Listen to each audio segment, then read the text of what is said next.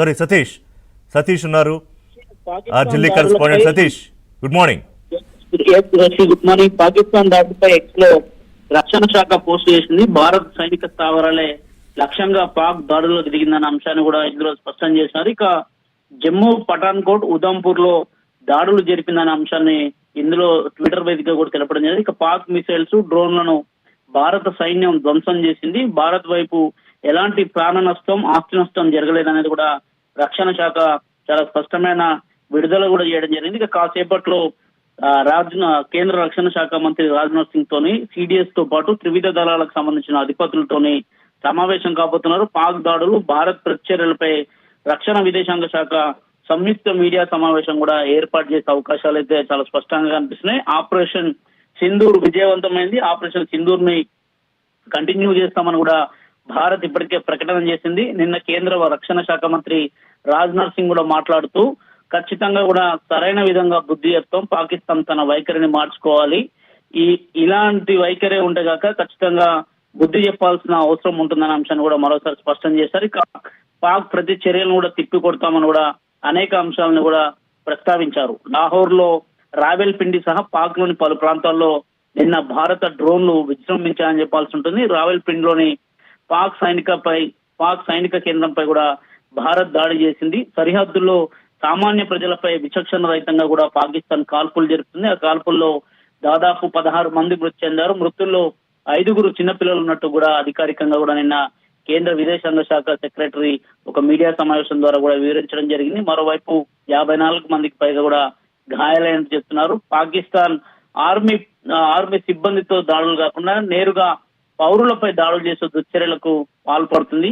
నిన్న రాత్రి మాత్రం జైసల్మేర్ కావచ్చు, ఉదంపూర్ కావచ్చు, జమ్మూ కాశ్మీర్ లోని అనేక ప్రాంతాల్లో కూడా దాదాపు 15 డ్రోన్లను పంపించి భారత్ పై మరోసారి ప్రయోగం చేసే ప్రయత్నం పాకిస్తాన్ చేసినప్పుడు కూడా వాటన్నిటిని కూడా తిప్పికొట్టడం జరిగింది. ఉత్తర భారతదేశంలోని పలు ప్రాంతాల లక్ష్యంగా కూడా మిసైల్స్ ను ప్రయోగిస్తున్నట్టు కూడా పాక్ నుంచి భారత్ వాటన్నిటిని కూడా అడ్డుకుంటున్నట్టు కూడా తెలిసింది. పాక్ చర్యలను అంతా కూడా కంట్రోల్ చేసేందుకు ఇప్పటికే భారత్ అనేక చర్యలు చేపడుతుంది. పాక్ చర్యలకు ప్రతీకంగా Pakistan air defence order system ని సైతం కూడా భారత్ నిన్న లక్ష్యంగా చేసుకొని దాడులు నిర్వహించింది. లాహోర్ లో ఎయిర్ డిఫెన్స్ సిస్టమ్ ని సైతం కూడా భారత్ ధ్వంసం చేసింది. దాదాపు పాకిస్తాన్ కి నిన్న సరైన బుద్ధి జరిగిందనే చెప్పాల్సి ఉంటుంది. ఖచ్చితంగా కూడా మరిన్ని దాడులు ఉంటాయని కూడా భారత్ చెప్తుంది. ఇటీవల అఖిలపక్ష సమావేశం నిర్వహించిన సందర్భంలో కూడా ఆపరేషన్ సింధూర్ ఆగలేదు, ఆపరేషన్ సింధూర్ కంటిన్యూ అవుతుందనే అంశాన్ని కూడా భారత్ లో ఉన్న అన్ని పార్టీలతో పాటు కూడా ఇతరులు కూడా డైరెక్ట్ గా నేరుగా చెప్పిన పరిస్థితి నెలకొందంటే కూడా యుద్ధ వాతావరణం ఏ విధంగా నెలకొందో చూడొచ్చు. ఖచ్చితంగా భారత్ ఈసారి సరైన సమాధానం చెప్తుంది. ఖచ్చితంగా యుద్ధం ఆపే ప్రసక్తే లేదు.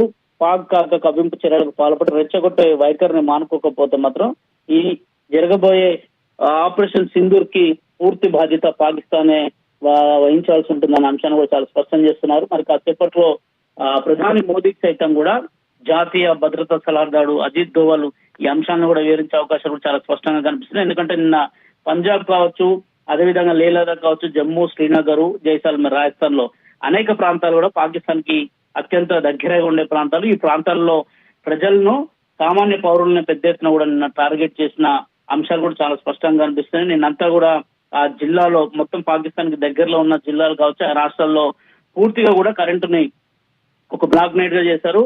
నైట్ 9 గంటల నుంచి ఉదయం 5 గంటల వరకు కూడా అన్ని జిల్లాల్లో కూడా కరెంట్లను కూడా నిలిపివేయడంతో ఎక్కడి నుంచి క్షిపణులు దాడి చేస్తున్నారు, ఏ విధంగా ఉంది అనే అంశాలపైన కూడా భారత ఆర్మీ అనుక్షణం కూడా పర్యవేక్షణ చేస్తుంది. దాదాపు S-400 తోని సుదర్శన చక్రం అంటారు, దాన్ని మొత్తం కూడా ఎక్కడి నుంచి అయినా డ్రోన్లు వచ్చినా కానీ వాటిని వెంటనే తిప్పికొట్టే శక్తి భారత్ ఉన్న నేపథ్యం ఖచ్చితంగా ఈ దాడుల పైన ఈ రోజు కూడా ప్రతిస్పందించేందుకు కూడా కేంద్ర ప్రభుత్వం సిద్ధంగా ఉంది. భారత ఆర్మీ కావచ్చు, త్రివిధ దళాలు కావచ్చు, ఈ అంశంలో అత్యంత వేగంగా స్పందిస్తున్నాయని చెప్పాల్సి ఉంటుంది. నిన్న జరిగిన అర్ధరాత్రి ఘటనలో మాత్రం ఎక్కడ కూడా పౌరులకి ఎలాంటి ఇబ్బందులు జరగలేదన్నది భారత రక్షణ శాఖ తాజాగా ట్విట్టర్ వేదిక కూడా కొన్ని అంశాలను అయితే పరిగణించింది. మరోవైపు ఉదంపూర్ లో ఈ రోజు అన్ని స్కూల్స్ అన్ని కూడా బంద్ చేయడంతో పాటు ప్రస్తుతం నిన్న అర్ధరాత్రి జరుగుతున్న పరిణామాలను సైతం కూడా కొంత చర్యలు చేపడుతుంది. నిన్న అర్ధరాత్రి కేంద్ర హోంమంత్రి అమిత్ షా సైతం కూడా అటు బిఎస్ఎఫ్ కి సంబంధించిన అధికారులతో పాటు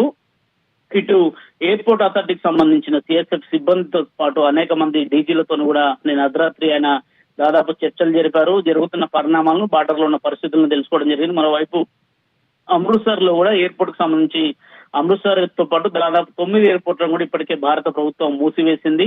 అత్యంత ప్రతిష్టాత్మకంగా కూడా ఈ అంశాన్ని తీసుకుని చాలా సీరియస్ గా ఉంది. ఒకరు కాదు, ఇద్దరు కాదు, పెహల్గాం ఘటనలో దాదాపు 26 మంది భారతీయులు మృతి చెందారంటే కూడా ఎంత దుర్భరమైన దాడులు కావాలనే కూడా టెర్రరిస్టుల పేరుతో ఏ విధంగా పాకిస్తాన్ నిర్వహించిందో కూడా దేశం మొత్తం చూసింది. దానికి బదలా తీసుకునే కార్యక్రమంలో భారత ఆర్మీ ఉంది. అందులో భాగంగానే ఈ రోజు జరుగుతున్న దాడులకు కూడా పాకిస్తాన్ బాధ్యత వహించాల్సి ఉంటుంది. అర్ధరాత్రి నిన్న విచక్షణ రహితంగా కూడా కాల్పులు జరిపిన తీరును కూడా భారత్ ఎండగడుతుంది. ఋషి, థ్యాంక్ యూ సతీష్. మరిన్ని అప్డేట్స్ కోసం మీతో మాట్లాడతాం. మళ్ళీ కాసేపట్లో ఢిల్లీలో కీలకమైన ప్రెస్ బ్రీఫింగ్ కూడా ఉండబోతోంది.